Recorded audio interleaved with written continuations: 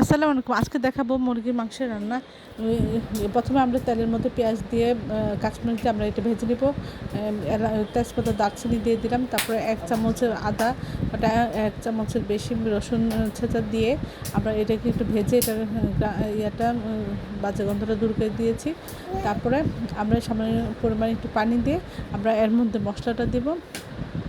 প্রথমে পরিমাণ মতো লবণ দিব, তারপর ২ চামচ মরিচের গুঁড়া, ১ চামচ হলুদের গুঁড়া, ১ চামচ ধনিয়ার গুঁড়া, ১ চামচ জিরার গুঁড়া, আর সামান্য পরিমাণ মাংসের মশলা, রাঁধুনি মাংসের মশলা দিয়েছি, আপনারা চাইলে নাও দিতে পারেন।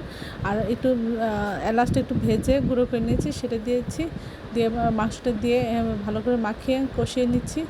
তারপর ঢেকে দেবো। ঢেকে দিলে এর মধ্যে একটু পানি উঠবে। পানিটা শুকানো আগ পর্যন্ত আমরা অপেক্ষা করে নেব। তারপরে কিছুটা এভাবে রান্না করার পরে আমরা কিছুক্ষণ পরে এর মধ্যে আলু অ্যাড করে দেব।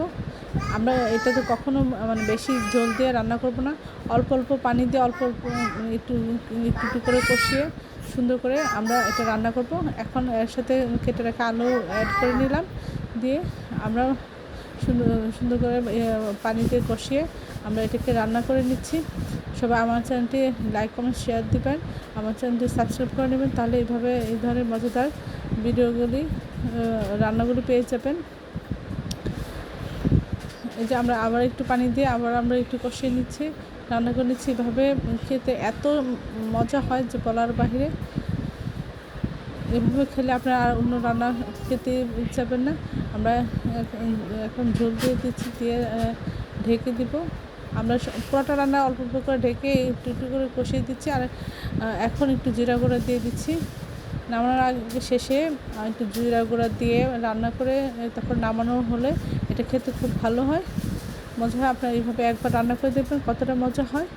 সবাই ভালো থাকবেন, সুস্থ থাকবেন। আসসালামু আলাইকুম।